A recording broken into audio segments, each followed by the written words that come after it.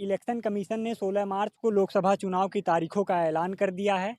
देश भर में 7 चरणों में लोकसभा का चुनाव होगा और इस समय जो है सभी पार्टियां अपने उम्मीदवारों के नाम का ऐलान कर रही हैं और इस समय जो है एक मुद्दा बहुत ज़्यादा चर्चा का विषय बना हुआ है, जो है वो किसानों का मुद्दा। दरअसल किसान पिछले 1 महीने से ज़्यादा समय से पंजाब और हरियाणा के सिंघू बॉर्डर पर प्रोटेस्ट कर रहे हैं और उन कानून बनाने की जो उनकी मांग है, उसको लेकर के वो अभी वहाँ पर प्रोटेस्ट कर रहे हैं और केंद्र सरकार के मंत्रियों से अभी तक 4 दौर की बातचीत हो चुकी है, लेकिन अभी कुछ स्पष्ट वहाँ का वो नहीं निकला है।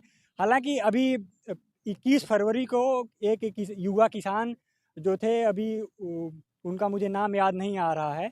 अब तो उनको गोली लगने से उनकी डेथ हो गई थी और किसान अब जो है इस समय उनकी जो है अस्थि कलश यात्रा निकाल रहे हैं पिछले कुछ दिनों से।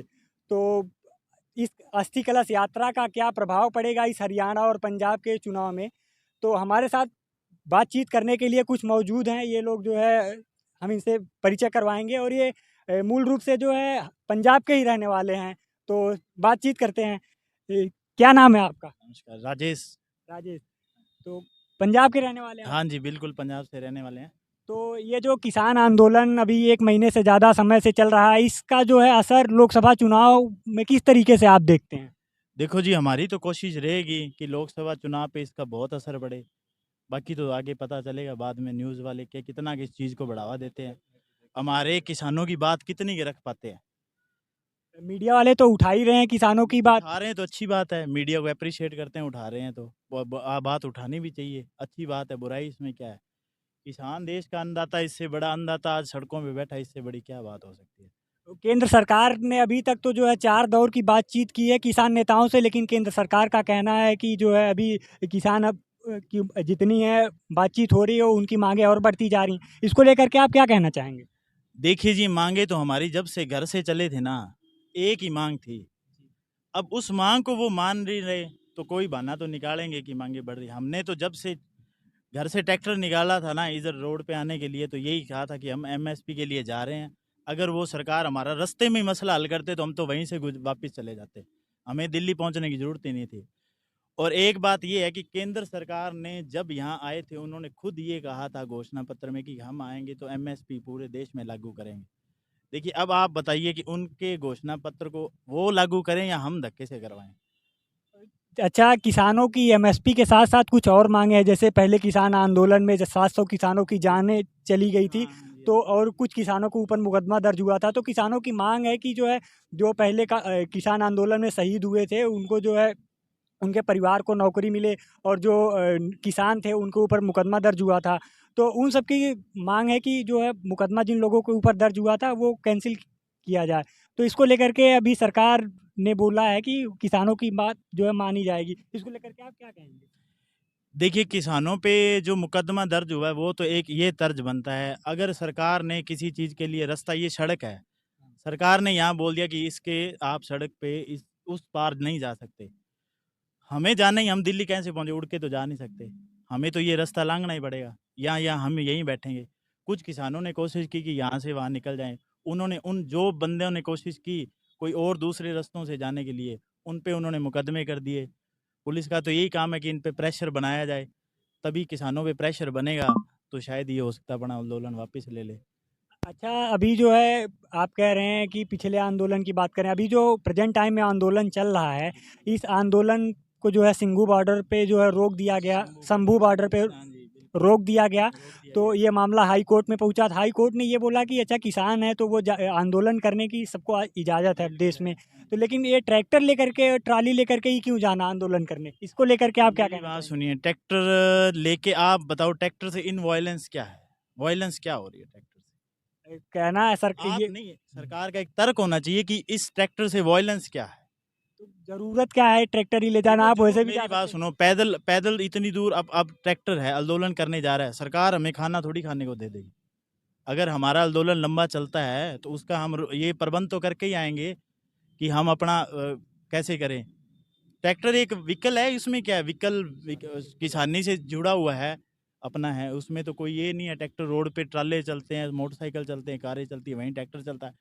हाँ, ट्रैक्टर को सरकार तो रोके कि ये तो बहुत बड़ी हानि पहुंचा देगा अगर संसद में पहुंच गया, ये एक वायलेंस है, इसको ये तो बैन है इंडिया में, ये तो चल ही नहीं सकता रोड पे, फिर तो रोक सकते हैं। ये तो ट्रैक्टर एक व्हीकल की तरह वो चल रहा है, उसमें कोई दिक्कत नहीं है। तो अभी जब तक सरकार किसानों ने ये कहा है कि जब तक उनकी मांगे नहीं मानी जाती तब तक वो आंदोलन करते रहेंगे। और अभी जो है एक युवा किसान शहीद हो गए थे। अब अस्थि कलश यात्रा निकाली जा रही है, किसान पिछले कुछ दिनों से निकाल रहे हैं। तो इसको लेकर के किस तरीके से मतलब ये जो यात्रा निकाली जा रही है ये देखिए मैं बताता हूँ वो किसान शहीद कैसे हुआ। उस पे लोगों ने जो हरियाणा पुलिस है उन्होंने फायर छोड़ा उन पे, फायर छोड़ा, उस किसान के फायर लगने से उसकी मौत हो गई। देखिए किसान क्या मांग रहे थे, दिल्ली आना चाहते हैं वो। हाँ, दिल्ली आना चाहिए। पिछली बार भी धरना लगा था, पब्लिक कितनी की परेशान थी, किसान आ गया एक साइड में बैठ गया। कम से कम सेंट्रल गवर्नमेंट पे एक प्रेशर तो बनता है ना। आंदोलन का मतलब क्या होता है, अगर हम अपने घर में बैठे हैं, घर से बाहर आके सड़क पे बैठ जाएं कि हमारा आंदोलन है, तो यहाँ दिल्ली वालों को क्या पता चलेगा वहाँ बाहर बैठा आंदोलन क्या है। इनके पास आके बैठेंगे तभी पता चलेगा भी आंदोलन हो रहा है। अब यहाँ पहुँचने नहीं दिया जा रहा, तो इसका मतलब यही है कि हमारे पास कोई नहीं पहुँचना चाहिए, अपने घर में बैठे आंदोलन करो। आंदोलन तो किसी चीज़ की कोई डिमांड है उसके पास ही जाना पड़ता है। अगर मोदी जी हमारी राजधानी दिल्ली ना कलकत्ता होती तो हम वहाँ जाते। अगर मोदी जी अब हमें कोई पंजाब में अगर राज्य में हमें कोई आंदोलन करना है तो हम मुख्यमंत्री के आवास पे जाते हैं। अब थोड़ा राजनीति पे चर्चा करेंगे कि किसान आंदोलन को लेकर के क्या प्रभाव पड़ने वाला है इस लोकसभा देखिए चुनाव में पूरे पंजाब में। मैं तो पूरे देखो इंडिया का मैं कुछ कह नहीं सकता। प्रभाव तो देखो किसान है उसको तो पता ही है। मैं यहाँ अगर मैं पंजाब का किसान हूँ, पंजाब पूरे इंडिया में 80% जो पॉपुलेशन है वो किसानी पे डिपेंड है। पंजाब के अब किसान क्या कहते हैं इसको लेकर? पंजाब के किसान तो कहते हैं अगर हमारी डिमांड कोई भी सरकार हो, उनका बीजेपी से कोई ऐसा मतलब आप पर्टिकुलर ये कभी मत सोचना कि हमारा बीजेपी से ही किसानों का है विरोध। अगर यहाँ पे सेंटर में गवर्नमेंट कांग्रेस की गवर्नमेंट होती तो भी हमारी मांगे सेम ही होती। अब ये तो एक मुद्दा बनाया जा रहा है कि बीजेपी पे प्रेशर बनाया जा रहा है, मोदी पे इतने फेमस हैं, उन पे एक प्रेशर बनाया जाए, ऐसा कुछ नहीं है। हमारी अपनी मांग है। दिल्ली में प्रधानमंत्री किसी भी पार्टी का हो, डिमांड हमारी उससे ही रहेगी, पार्टी से कोई लेना देना नहीं।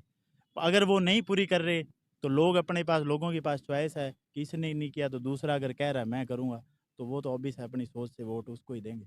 तो जैसे कि अभी पंजाब में आम आदमी पार्टी की सरकार है, भगवंत मान वहाँ से सीएम हैं और वहाँ की 13 लोकसभा सीटें हैं। तो इस बार के चुनाव में पंजाब का जो एक मतदाता के रूप में एक जो किसान है और बाकी जो भी मतदाता हैं वो क्या सोचते हैं पंजाब को लेकर के? देखिए अगर सेंट्रल लेवल की बात की जाए, मगर पंजाब की राजनीति में बीजेपी का कोई खास उतना स्कोप है नहीं। ना कि उनकी ना पहले उनकी गवर्नमेंट थी, जो रिपीटेशन गवर्नमेंट थी, अकाली थी, कांग्रेस थी, अब आप आ गई। तो नई गवर्नमेंट ये है, बीजेपी का तो वैसे ही पहले कोई आधार नहीं था। अगर सीट्स आएँगी तो रीजनल पार्टियाँ ही उसमें करेंगी रिवाइव। रीजनल पार्टियाँ यानी आप कह रहे हैं आम आदमी पार्टी की सरकार है तो आम नहीं, आदमी आम पार्टी। आदमी पार्टी का नया है, उससे भी लोग काफ़ी बातों से नाराज़ हैं कि इन पार्टी ने भी काफ़ी वादे किए थे कि हमारा हम ये कर देंगे, वो कर देंगे। चलो ये अपने लेवल पे कोशिश कर रही है, देखते हैं कितनी कामयाब होती है। जैसे कि भगवंत मान ने जो बोला था उन्होंने मोहल्ला क्लिनिक से लेकर के और तीर्थ यात्रियों को यात्रा करवाने से लेकर के तमाम सारी चीज़ें हैं। अभी हमने पिछले कुछ महीने पहले सुना था कि उन्होंने गन्ने का रेट 25 रुपये या कुछ बढ़ाए थे, किसान मांग कर रहे थे तो वो बढ़ाए थे। देखो हर राज्य के एक अपने मुद्दे होते हैं। जहाँ भी कोई गवर्नमेंट होती है, राज्य सरकार का कोई भी पार्टी अगर सत्ता में होती है, उसका पहले तो यही रहता है कि मैं अपने जो पाँव हैं यहाँ मजबूत करूँ। तो उनकी तरफ से तो ये रहता ही है कि हम अब गन्ने का कोई रेट बढ़ाएँ या कोई और भी किसानों की डिमांड। अब जैसे भगवंत मान खुद भी बैठ के उन्होंने करवाया ही था कि चलो मीटिंग अगर कोई बात सहमति बनती है तो आप 1-2 बार बैठो। पर बैठने से होता क्या है, जब कोई डिमांड ही ना पूरी हो तो फिर आप चाहे सारा दिन बैठे रहो, चाहे 1 घंटा बैठे रहो, कोई इस बात का तुक तो निकलता नहीं। तो अब की बार के जो है लोकसभा चुनाव में पंजाब को आपको क्या लगता है कि पंजाब में कितनी सीटें जो है आम आदमी पार्टी या बीजेपी को देखिए, मिल ये तो सकती मैं तो देखो पूरे पंजाब का भ्रमण करता नहीं हूँ। अब इस बात का तो मैं तो कोई आलंकन कर नहीं सकता अभी क्या माहौल रहेगा। हैं? पंजाब के कहाँ से बिलोंग करते हैं, किस लोकसभा सीट से आप? मैं लोकसभा सीट है हमारी लंबी लोकसभा सीट है और मैं जो अपना कार्यरत हूँ वो मैं चंडीगढ़ में हूँ, अपना काम करते हैं। अच्छा, तो इस समय जैसे अकाली दल भी बीजेपी का सहयोगी रहा है हाँ, पहले, पहले रहे हैं अब अभी जो है भी। अलग हो गया है हाँ उससे। जी, हाँ जी। तो क्या लगता है कि अकाली दल की स्थिति क्या है प्रेजेंट टाइम में वहाँ पे? अकाली दल की देखो, बादल साहब जो थे एक मतलब एक बहुत बढ़िया लेवल के लीडर थे। उनका जो उनकी जितनी भी राजनीति रही है वो किसान के इर्द गिर्द ही रही है। गांव ग्रस्त और किसान के ही इर्द गिर्द उनकी राजनीति रही है। हमारे पंजाब में अगर आप देखो, जो किसानों में पानी के कुएं हैं उन पे बिजली कनेक्ट, वो उसका बिल नहीं आता, उसकी सब्सिडी पंजाब सरकार देती है। तो वो तो एक यूज़र फ्रेंडली रहे ही थे किसानों के। ठीक है, हमारे साथ बातचीत करने के लिए एक और शख्स मौजूद हैं, इनसे हम बातचीत करेंगे। क्या नाम है आपका? मेरा नाम जितेंद्र है। अच्छा, जितेंद्र हाँ जी। जी। तो जितेंद्र जी, आप जो है एक मतदाता के रूप में, आप भी पंजाब से हैं? हाँ जी सर, मैं अभी पंजाब से हूँ। तो आप एक मतदाता के रूप में क्या सोचते हैं कि इस बार के लोकसभा चुनाव में जो है कि पंजाब में कौन सी पार्टी मजबूत है? देखो सर, इन्होंने बताया ही है जैसे कि बीजेपी का होड़ तो इस बार कुछ कम, वैसे पहले भी कम ही रहा है, तो इस बार भी कम रहने वाला ही है, क्योंकि किसान जो पंजाब के हैं वो सारे अभी तक तो दिल्ली बैठे हैं। ठीक है, तो बीजेपी का इन्वॉल्वमेंट तो कम रहेगा ही रहेगा। बाकी पार्टी जैसे आम आदमी है या कांग्रेस क्या कर रही है, उनका तो अभी सर्वे इतना चल नहीं रहा, अभी क्या कह सकते हैं उनके बारे में, कुछ ज़्यादा बोल नहीं तो सकते। मतलब अभी जो है बीजेपी तो मजबूत है, वो स्थिति में नहीं है, तो वहाँ पे मजबूत स्थिति में आपके हिसाब से कौन सी पार्टी लग रही है? नहीं, अभी सर देखो चल रहा है कि अकाली दल बीजेपी के साथ टाई अप कर सकता है या कर नहीं सकता, दोनों। अगर टाई अप करता है तो कुछ होल्ड बना सकती है अकाली दल भी अपना, वरना चांसेस कांग्रेस और आम आदमी के ही रहने वाले हैं। अच्छा, तो आम आदमी पार्टी के इन्होंने बताया कि इस समय जो है वहाँ पे बीजेपी की स्थिति ठीक नहीं है, और पंजाब के किसान आंदोलन के बाद से जो है इस पंजाब के किसानों का जब आंदोलन शुरू हुआ था, इसके बाद से जो है एक पूरे पंजाब में ये संदेश गया है कि भारतीय जनता पार्टी जो है किसानों की मांग नहीं मान रही है, और जो है वो शंभू बॉर्डर पर अभी उनको रोक दिया गया है। आप लोगों ने देखा होगा कि किस तरीके से बैरिकेटिंग की गई थी, इसको लेकर के काफ़ी फ़ोटो भी वायरल हुआ था, और कुछ किसानों के ऊपर जो है गोलीबारी भी की जा रही थी, रबड़ की बुलेट पुलिस जो है इस्तेमाल कर रही थी, और ये मामला सुप्रीम कोर्ट से लेकर के हाई कोर्ट तक भी पहुंचा था। ठीक है, फिलहाल अभी तक के लिए इतना ही, बाकी फिर अगले वीडियो में आपसे मुलाकात होगी।